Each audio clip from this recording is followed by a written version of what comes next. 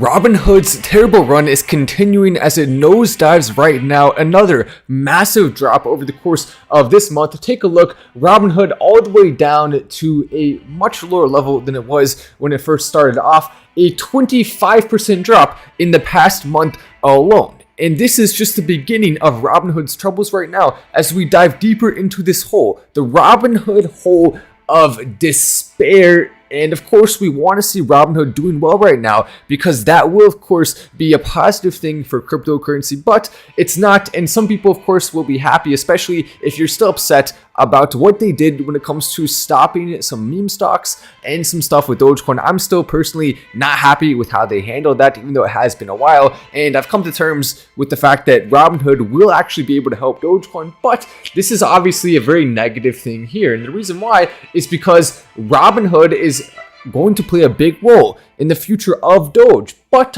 unfortunately, with them doing what they're doing now with a big nosedive, this is going to be a very tough hole to dig themselves out of. And I'm going to explain exactly what they need to do to dig themselves out of this hole and get back in the green, get back into a good area, because it is possible. I believe Robinhood will save themselves here and stop this downturn, but if they cannot, they are going to go out of business here. So the stakes are extremely high and a lot is riding on it, because we have seen a huge net loss that Robinhood reported of $423 million for the last reported quarter. $423 million. That'll be on track to lose over $1.6 billion per year approximately. So insane numbers across the board there in the negative direction for Robinhood. And even that comes as Dow has actually gained more than 500 points, its best day of 2022, to wrap up a wild week. Robinhood not receiving that same energy that the stock market is receiving. So it's not just the stock market going down. Then the Dow's daily swings, you can see it has swung between 36 and 37. Then now it's down, swinging between 30 and 34. So it has gone down overall, but there has been a little bit of an uptick recently. So the entire market everywhere, crypto's down, stocks are down, gold is down. Everything is taking a little bit of a hit as the government is trying to get a grasp on the national debt, specifically the United States government, as we see other governments across the globe trying to handle this as well.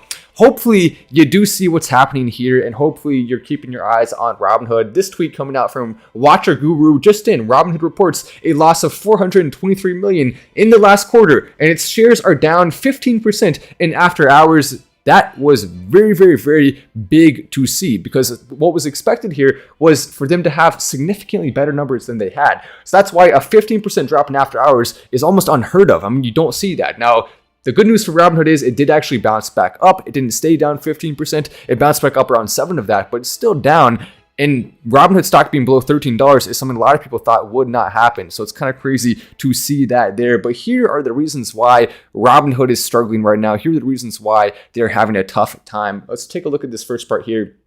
As you come to the live, if you want to press the button, you're welcome to do so, but this is a more negative live, so it's more of the type of live where we don't necessarily have an advantage of spreading it to as many people as possible, so it's up to you if you want to press it or not. But in 2020, a year when Robinhood added 7.4 million net funded accounts, it spent $186 million on marketing, so that comes out to around $25 per account when it comes to what they're bringing in versus what they're spending. Now that's not bad. $25 is approximately one free stock that's around the value of what they were doing for a period of time there. Then they're also spending money on TV advertisements. They did a Super Bowl commercial. They did a number of things, and it was successful. $25 per account, not bad at all. But here's where it starts to get really crazy, because in the latest quarter, they spent $44 million on marketing, and that equals $147 per person. So it went from being only $25 per person to now being $147 per person. That is approximately 6 times higher than what it was in the last quarter. So it's very, very, very difficult at this current point in time for Robinhood to be bringing new customers in. They're trying their best. They're trying to hype it up and pump it, but it's just simply not happening here, and they're having a very difficult time. Also, a lot of people asking me, what's the update on ROBINHOOD, the most recent crypto pick? It has a fun name, right? It's a fun swing pick, but there's a lot of stuff that's going into it. Marketing is ramping up, especially throughout the next week. A lot of accounts are going to be brought on board, and so it'll be fun to watch and see what happens. Basically, keep in mind, all of this is risky. It is also fun, it is exciting, and because of the way this is set up, it's already on CoinMarketCap, it's already on CoinGecko. it's getting listed on CoinGecko. Rather, I mean, it's already on a number of the big listings. It's already listed on crypto.com. So basically all these listings are starting to come out. And so there's a ton of momentum right now. It is at a little bit of a dip from its all-time high. So some people are starting to accumulate. It did come back up some from that bottom point. So it's really kind of staying level. It was actually truly stunning the way this launch went. It went as close to perfectly as you possibly could imagine, because it went up and then just stayed up. And then it came back down, then stayed up, then came back down, then stayed up. And it's just really honestly impressive that our community has been able to hold it this strong. That's what happens when you have a true fair launch. It's way easier to see those cool things. And there are some cryptos that we may want to look at that aren't going to be a fair launch. That still could be a good opportunity. But I definitely am a huge fan, especially after seeing how successful this was, of fair launches, especially considering the fact that everyone's going to want to be a part of the next one once this one starts to pump like crazy and go up a lot. So I'm very excited about that. And yeah, a lot of people are following the Twitter account too right now, which is fun to see. But here's more details on Robinhood. Its growth advantage is now eroding. I mean, to have 6 times higher, if you have ever run an online business, if you've ever tried to market, which I have, I actually owned a fitness product before becoming a YouTuber, and I was selling that to people. I have a patent on it. I have the website still up. You can check it out if you want. And it's called flexweightfitness.com, and you can check that out. There's a lot of things we're doing with that. And with that, it really ended up being quite a big deal, because you would see the marketing. I mean, it ended up being quite a big deal. If you were not getting that good return rate on your marketing dollar, then you simply were not going to be successful as a company. So we had to do a lot. We hired a marketing company. We did a number of things to try to increase that return on investment when it comes to marketing. And I mean, for goodness sake, if you see a return that goes up 6 times from where it was, I mean, how much you have to spend to bring in a customer, you are basically done as a company. And that's why they reported such a big loss of $423 million. You cannot survive having that rate. Now, the best part about this is, if you want to be optimistic, and we do here, right, for a little bit, is that they do have the big advantage of Dogecoin and the fact that it is about to most likely spike like crazy with all these catalysts that are coming. And a lot of people are going to go on Robinhood and do that. And with wallets, that is going to be what saves the platform, I believe. That's what they need. That's also one of the reasons why they've lost their competitive advantage. Because on Coinbase, you can have access to wallets for crypto. Because on other apps, you can have access to wallets on crypto.com. On MetaMask, if you decide to use that, which is centralized, it's DeFi. There's a lot of options out there to where you actually can seamlessly do this, and Robinhood has just fallen behind. And they've also delayed these wallets over and over and over again, which has been frustrating to watch. And I've been hyping up the wallets, not because I want to hype them, just because it's actually worthy of hype. It is truly exciting. And that's why I cannot wait to see them. That's why I've continued to say, okay, Robinhood wallets, they're coming soon, because Robinhood was saying they're coming soon. And then they say, oh, actually, no, not really. There's a delay now. Well, you just told us it was coming soon, and we told everyone. And then now you're saying there's another delay. So it's been frustrating to watch that. Robinhood really needs to get their act together. I think they will. And they're going to become one of the top companies again in the world. It's just been really a big dip for them at this price. Honestly, their stock is actually looking a little appetizing, but I would much rather put my money into Dogecoin personally than Robinhood stock. So I'm not going to be buying it. Even though it does look a little appetizing, Dogecoin looks way more appetizing at this current price. What is happening with Bleenu? Says Woozy. So basically, let me go. I can actually pull up the chart here real quick for Bleenu, because this is one I'm very excited in. It's on CoinMarketCap now. It was just listed, by the way, on there, so it'll get some more attention from that. But you can see here. So basically, what we saw with Bleenu is, and since being listed on it actually got listed on CoinMarketCap when it was right there. But we can look. Actually, let me go to the Twitter here, and we can look at it from a different lens. It's Baby Lambo Inu. That's the Twitter right there. You can see it. And so if we actually go click on this link tree in the Baby Lamborghini Twitter, which you can go check it out if you want, we can look at Poolcoin here, which is a silly name, but that's what it's called. And this actually gives us a better indication of it. You can see, so this, after we picked it as the Patreon pick, and Miles did as well, look at that. I mean, absolutely insane. This was a fair launch, so everyone got an opportunity to come in early. A lot of protections in place to stop whales, meaning this chart is way stronger than a lot of other cryptos. There's not very much activity at all when it comes to whales, almost no whales in this at all.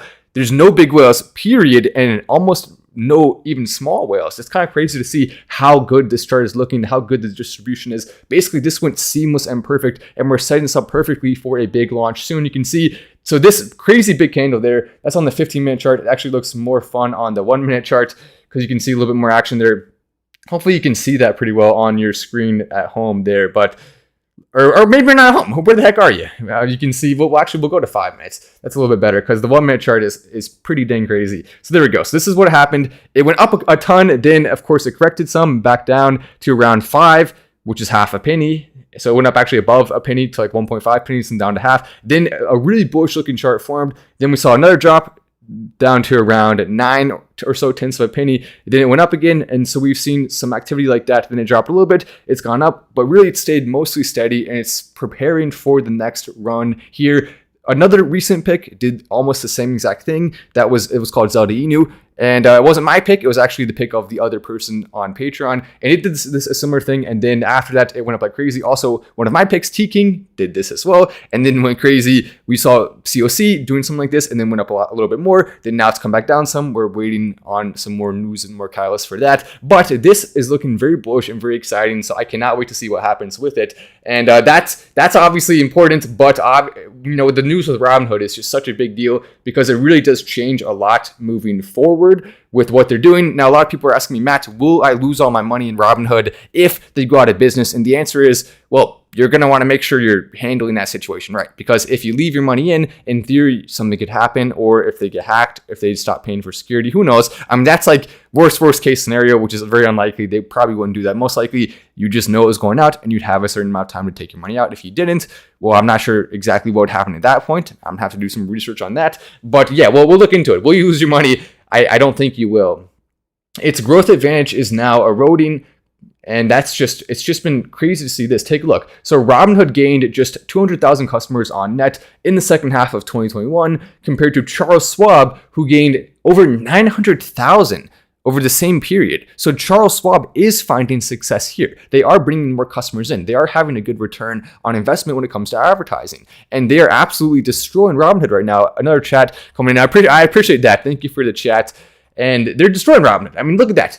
200,000 versus 900,000. A lot of that is also because some people are leaving Robinhood, but it's just not going to be enough to compete if they are getting outperformed on every metric. They need to really step things up. The best thing they can do, embrace Dogecoin fully, send Dogecoin as good as he possibly can, make everything happy with the Doge community, be pushing it, be helping it, continue some of that, make the wallets as seamless as possible, partner with big companies to make Dogecoin more accessible, reach out to McDonald's, reach out to Tesla, reach out to every company and say, hey, we'll do a free, easy partnership. I'm trying to orchestrate that as well. I've been talking to Vlad Tinin, some on Twitter, who's the CEO of Robinhood, and we're trying to set some of this stuff up. And that is really where the excitement comes. That's what Robinhood absolutely needs to do. If they don't, they have a decent shot of going out of business here.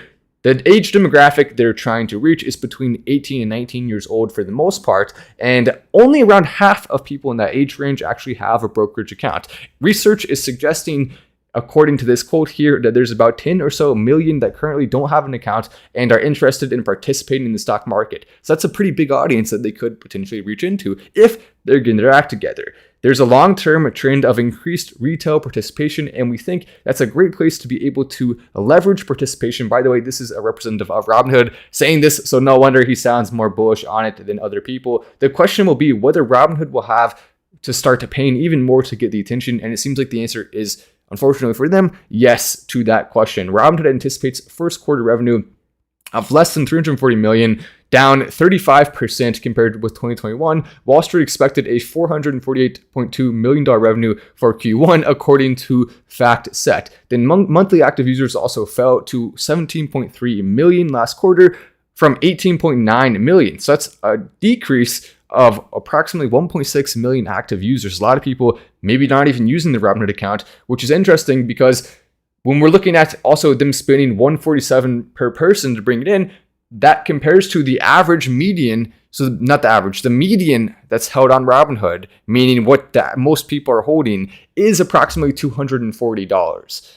So if you're spending $147, the median account is $240. I mean, you can quickly see why that math is not adding up there. Now, technically, some of the bigger accounts maybe will make up for that. Robinhood Gold, a few other programs are offering, may have the ability to make up for that in the future, but it's still a big disadvantage for them. There's no question about that. Robinhood is about to face its toughest comps in the first and second quarters of 2022, following its record year in 2021 from events like GameStop and short squeeze. That basically summarizes it. A lot of research going into that, so hopefully you appreciate the time and effort that went into doing all of this and finding all of this stuff for you. I want to make sure Final Stand is the #1 place for information on the internet. It's all about stats, facts, numbers, because that is the best way to get an idea of where the market's going. That's why you should go ahead and subscribe with the notifications on as quickly as you possibly can. I would also definitely highly recommend checking out the Patreon because, as you can see, a lot of fun, a lot of energy. The Telegram for Bleeding You already up to over 4,500 people. It's getting close to 5,000 already. So it's growing extremely fast, a ton of energy in there. It's fun. I mean, it really is. You're not always going to make money necessarily every time, especially if you mess up here or mess up there, but there's a decent chance you will. In fact, a pretty dang good chance with some of the efforts that are about to kick into gear, on top of the fact that it's a ton of fun and basically you can do it so you can participate in it and be a part of something that's actually really energetic, even in the face of the market not being so energetic, unfortunately, at this current point in time. Alex Becker mentioned to you today about meta coins, 50 to 100xing after Bitcoin resets and Metaverse takes off, specifically VRA. Any thoughts on meta coins? Oh, that's cool. I'll have to check that out. So yeah, I'll check that out after I get off the live here, but thank you for letting me know. When it comes to VRA tokens, definitely there are huge opportunities. The only problem is there's a ton of different competing brands here, a ton of different competing coins. Everyone wants to be in on the metaverse because it's one of the easiest use cases to provide as a coin. The difference is if you are actually providing additional things, like with COC, they're also doing a CAS-INO, which is actually a step up from what the other metaverses are doing. So that's why I'm very happy I'm very optimistic, I guess is a better word, about COC. Whereas some of the other ones, if they're just doing a metaverse, they're going to have a ton of big competition, and that's going to make it way tougher. But anyway, I'm Matt Wallace. This is Final Stand, and I will see you in the next video.